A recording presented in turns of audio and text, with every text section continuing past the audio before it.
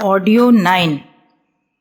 इन प्रमाणों से सिद्ध होता है कि शरीरस्थ कुछ केंद्रों में विद्युतीय संबंधों के उत्पादन के साथ साथ सारे शरीर में उनका संचार भी होता है। ईईजी के द्वारा सिर के हर हिस्से में मस्तिष्कीय कोश विद्युत के स्पंदन रिकॉर्ड किए जाते हैं। यही नहीं, बहुत बार तो उनका प्रभाव गर्दन से नीचे वाले अवयवों में भी स्पष्टता से मिलता है। हृदय की विद्युत का प्रभाव तो ईसीजी यंत्र द्वारा पैर के टखनों तक पर रिकॉर्ड किया जाता है। हृदय के निकटतम तथा दूरतम सभी अंगों में यह स्पंदन समान रूप में शक्तिशाली पाए जाते हैं।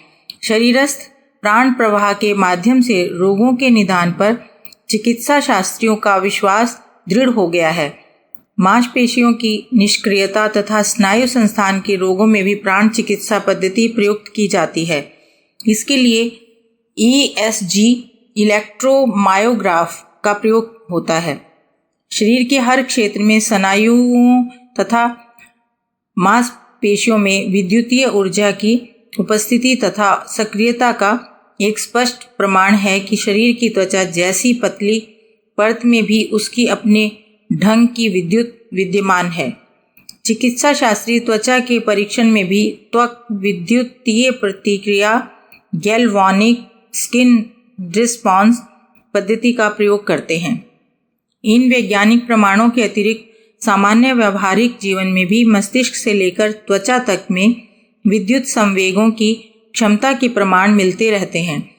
किसी व्यक्ति विशेष के प्रति आकर्षण तथा किसी के प्रति विकर्षण, यह शरीरस्थ विद्युत की समानता विभिन्नता की ही प्रतिक्रियाएं हैं। दो मित्रों के परस्पर एक दूसरे को देखने स्पर्श करने में विद्युतीय आदान प्रदान होता है। योगी तो स्पर्श से अपनी विद्युत का दूसरे व्यक्ति के शरीर में प्रवेश प्रयोग संकल्प शक्ति के सहारे विशेष रूप से कर सकते हैं, किंतु सामान्य स्पर्श से भी शरीरस्थ विद्युत का आंशिक आदान प्रदान होता है। स्पर्श, सहलाने, हाथ मिलाने, गले मिलने आदि से जो स्पंदन अनुभव किए जाते हैं वे विद्युतीय आवेगों के ही आदान प्रदान के फलस्वरूप होते हैं।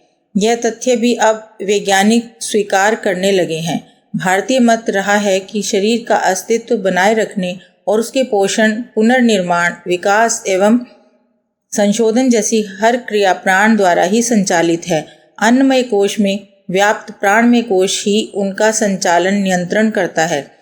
शरीर संस्थान की छोटी सी छोटी इकाई में भी प्राण विद्युत का अस्तित्व अब विज्ञान ने स्वीकार कर लिया है। शरीर की हर कोशिका विद्युत विभव इलेक्ट्रिक चार्ज है। वही नहीं, कोशिका के नाभिक न्यूक्लियस में लाखों की संख्या में रहने वाले प्रजनन क्रिया के लिए उत्तरदायी जीन्स जैसे अति सूक्ष्म घटक भी आवेश युक्त पुटिकाओं पैक्टिस के रूप में जाने और माने जाते हैं। तात्पर्य यह है कि विज्ञान द्वारा जानी जा सकी शरीर की सूक्ष्मतम इकाई में भी विद्युत आवेश के रूप में प्राण तत्व की उपस्थिति स्वीकार की जाती है। शरीर की हर क्रिया का संचालन प्राण द्वारा होने की बात भी सदैव से कही जाती रही है। योग ग्रंथों में शरीर की विभिन्न क्रियाओं को संचालित करने वाले प्राण तत्व को विभिन्न नामों से संबोधित किया गया है। उन्हें पंच प्राण कहा गया है। इसी प्रकार शरीर के विभिन्न क्षेत्रों में सक्रिय प्राण को पंच उप प्राण कहा गया है। वर्तमान शरीर विज्ञान ने भी शारीरिक अंतरंग क्रियाओं की व्याख्याएं विद्युत संचार क्रम के ही आधार पर की हैं। शरीर के एक हिस्से से दूसरे सिरे तक जो संचार क्रम चलता है वह विद्युती संवहन प्रक्रिया के माध्यम से ही है। संचार कोशिकाओं में ऋण और धन प्रभार, नेगेटिव तथा पॉजिटिव चार्ज अंदर बाहर होते रहते हैं और इसी के विभिन्न संचार क्रम चलते रहते हैं। इसे वैज्ञानिक भाषा में सेल का डिपोलराइजेशन तथा रिपोलराइजेशन कहते हैं। यह प्रक्रिया भारतीय मान्यता अनुसार पंच प्राणों में वर्णित व्यान के अनुरूप है। आमाशय तथा आंतों में भोजन का पाचन होकर उसे शरीर के अनुकूल रासायनिक रसों में बदल दिया जाता है। वह रस आंत की झिल्ली में से पार होकर रस में मिलते हैं तब सारे शरीर में फैल जाते हैं। कुछ रसायन तो सामान्य संचरण क्रम से ही रक्त में मिल जाते हैं, किंतु कुछ के लिए शरीर को शक्ति खर्च करनी पड़ती है। इस विधि को एक्टिव ट्रांसपोर्ट, सक्रिय परिवहन कहते हैं। इस परिवहन से आंतों में से जो विद्युतीय प्रक्रिया होती है उसे वैज्ञानिक सोडियम पंप के नाम से संबोधित करते हैं। सोडियम कणों में ऋण और धन प्रभार बदलने से वह सेलों की दीवार के इस पार से उस पार आते जाते रहें। उनके संसर्ग से शरीर के पोषक रसों, ग्लूकोज, वसा आदि की भेदकता बढ़ जाती है तथा वह भी उसके साथ संचरित हो जाते हैं। यह प्रक्रिया पंच प्राणों में प्राण वर्ग के अनुरूप कही जा सकती है। ऐसी प्रक्रिया हर सेल में चलती है। हर सेल अपने उपयुक्त आहार खींचता है और तथा उसे ताप ऊर्जा में बदलता है। ताप ऊर्जा भी हर समय सारे शरीर में लगातार पैदा होती है और संचरित होती रहती है। पाचन केवल आंतों से नहीं, शरीर के हर सेल में होता है। उसके लिए रसों का हर सेल तक पहुंचाया जाता है। यह प्रक्रिया जिस प्राण ऊर्जा के सहारे चलती है उसे भारतीय प्राणवेत्ताओं ने समान कहा है। इसी प्रकार हर कोशिका में रस परिपाक के दौरान तथा पुरानी कोशिकाओं के विखंडन में से जो मल रहता है उसके लिए भी विद्युत रासायनिक इलेक्ट्रोकेमिकल क्रियाएं उत्तरदायी हैं। प्राण विज्ञान में इसे अपान की प्रक्रिया कहा गया है। पंच प्राणों में एक वर्ग उदान भी है। इसका कार्य शरीर के अवयवों को कड़ा रखना है। वैज्ञानिक भाषा में इसे इलेक्ट्रिकल स्टिमुलाइजेशन कहा जाता है। शरीरस्थ विद्युत संवेगों से अन्नमय कोश के सेल किसी भी कार्य के लिए कड़े तथा ढीले रहते हैं। शरीर में इस प्रकार की अनेक अतरंग प्रक्रियाएं कैसे चलती हैं, इसकी व्याख्या वैज्ञानिक पूरी तरह नहीं कर सके हैं। इसके लिए उन्होंने कई तरह के स्थूल सिद्धांत बनाए हैं। उनमें sodium potassium cycle, potassium pump, ATP ADP system तथा साइक्लिक AMP आदि हैं। उनकी क्रिया पद्धति तो कोई रसायन विज्ञान का विद्यार्थी ही ठीक से समझ सकता है, किंतु है यह सब विद्युत रासायनिक सिद्धांत ही। इस सिद्धांत के अनुसार किसी घोल में रासायनिक पदार्थों के अणु ऋण और धन प्रभार युक्त भिन्न भिन्न कणों में विभक्त हो जाते हैं। उन्हें आयन कहा जाता है। इन आयनों की संचार क्षमता बहुत अधिक होती है। इच्छित संचार के बाद ऋण और धन प्रभार युक्त आयन मिलकर पुनः विद्युतीय दृष्टि से उदासीन न्यूट्रल अणु बना लेते हैं। शरीर में पाचन, शोधन, विकास एवं निर्माण की अगणित प्रक्रियाएं इसी आधार पर चल रही हैं। तत्व दृष्टि से देखा जाए तो सारे शरीर संस्थान में प्राण तत्व की सत्ता और सक्रियता स्पष्ट रूप से दिखाई पड़ेगी। इन मोटी गतिविधियों से आगे बढ़कर शरीर की सूक्ष्म गहन गतिविधियों का विश्लेषण करने पर उनमें भी प्राण शरीरस्थ प्राण तत्व का नियंत्रण तथा प्रभाव दिखाई देता है। शरीर में हार्मोनों और एंजाइमों की अद्भुत प्रक्रिया सर्वविदित है। इन दोनों ही सक्रियता शरीर में आश्चर्यजनक परिवर्तन लाने एवं शक्ति संचार करने में समर्थ है। प्रजनन विज्ञान के अंतर्गत जीन्स की विलक्षण भूमिका की चर्चा आजकल वैज्ञानिक क्षेत्र में सर्वत्र की जाती है।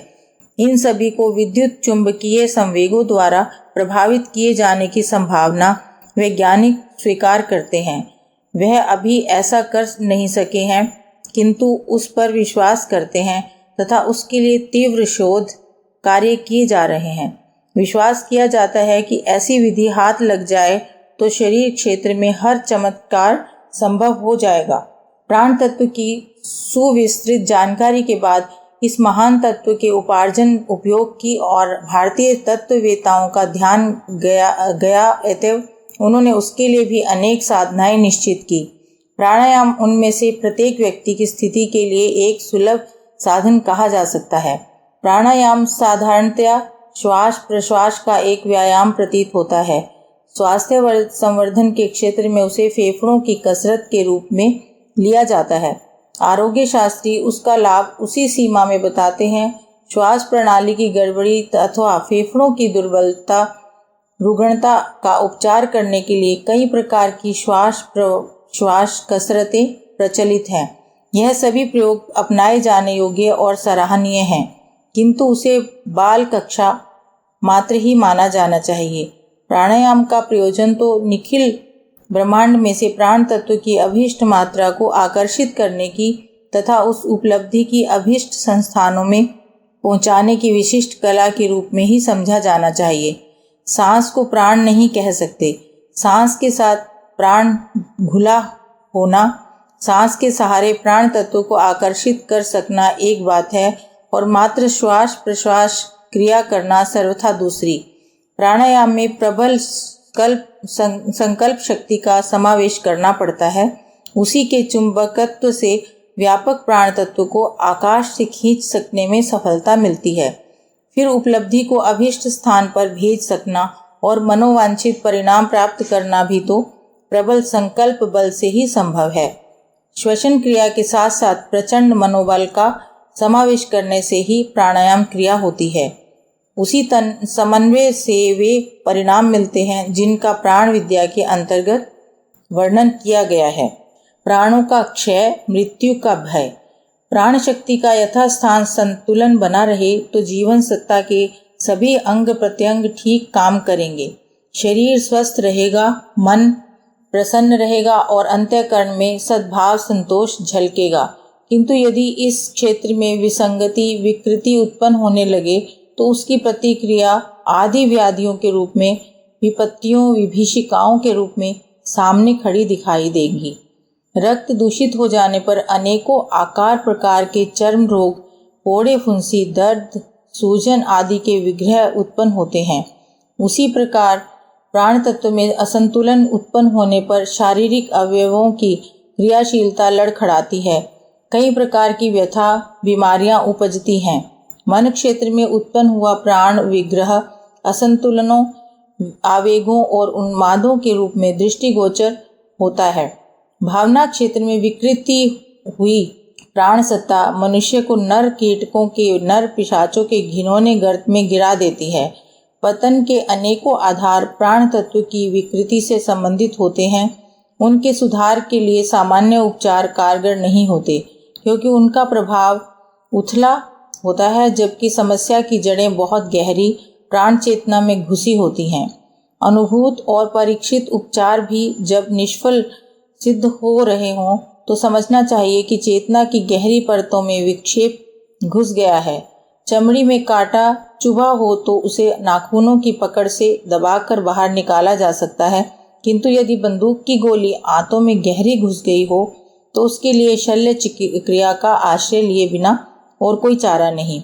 श्रीमती जे.सी. ट्रस्ट ने एक ऐसे व्यक्ति को चुना जो छोटी छोटी बातों में उत्तेजित हो जाता था। वह दिन में कई बार क्रुद्ध हो जाने के कारण बहुत दुबला पड़ चुका था। सर्दी गर्मी के हल्के परिवर्तन भी उसको कष्टदायक प्रतीत होते।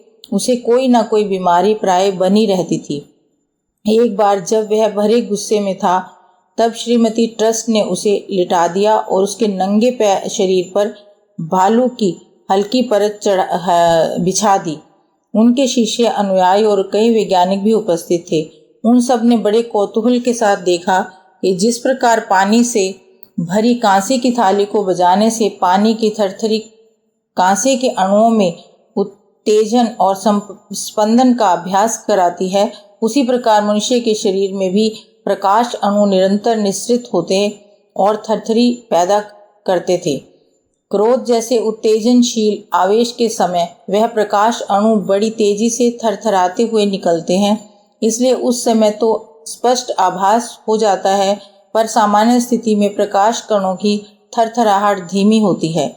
जो व्यक्ति जितना अधिक शांत, कोमलचित्त, मधुर स्वभाव, मितभाषी, स्थिर बुद्धि होता है, उसके सूक्ष्म शरीर के प्रकाश अणु बहुत धीरे धीरे निकलते हैं और बहुत समय तक शरीर में शक्ति, उष्णता और सहनशीलता बनाए रखते हैं।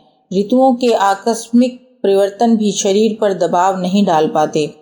जीव विज्ञानियों को यह बात बहुत दिन से मालूम थी कि शरीर में जाल की तरह फंसे हुए ज्ञान तंतु मस्तिष्क तक कायागत जानकारियां पहुंचाते हैं और मस्तिष्क की स्थिति को बेहतर बनाने के लिए आवश्यक निर्देश देते हैं।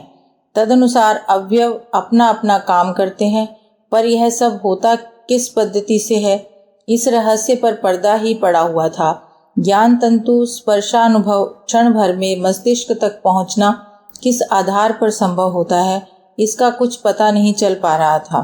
पिछले 40 साल से इस संदर्भ में बहुत प्रयोग चल रहे थे। 20 वर्ष से तो जीव भौतिकी की इस शाखा पर और भी अधिक ध्यान दिया गया। अंत में बहुत लंबे प्रयोग परीक्षणों के उपरांत इस रहस्य पर से पर्दा उठाने के में 3 वैज्ञानिक सफल हो गए और उन्हें इस शोध के उपलक्ष्य में चिकित्सा शास्त्र का नोबेल पुरस्कार मिला। इन तीनों के नाम हैं हाजकिम, हक्सले, एकल्स। इस त्रिगुट ने ज्ञान तंतुओं में एक विद्युत आवेग इम्पल्स की खोज की है और बताया है कि वह बिजली किस तरह तंतुओं और मस्तिष्क के कोशों के बीच दौड़ती है और टेलीफोन की तरह स्थिति का संवाद संकेत पहुंचाती लाती है। ज्ञान तंतु एक प्रकार के बिजली के तार हैं जिन पर विद्युतीय आवेगों के साथ संदेश दौड़ते रहते हैं। एक एक तंतु की लंबाई कई कई फुट होती है। सब मिलाकर पूरे शरीर में इनकी लंबाई 1 लाख मील से भी अधिक होती है। इनकी मोटाई 1 इंच के 100वें भाग रो भी कम होती है।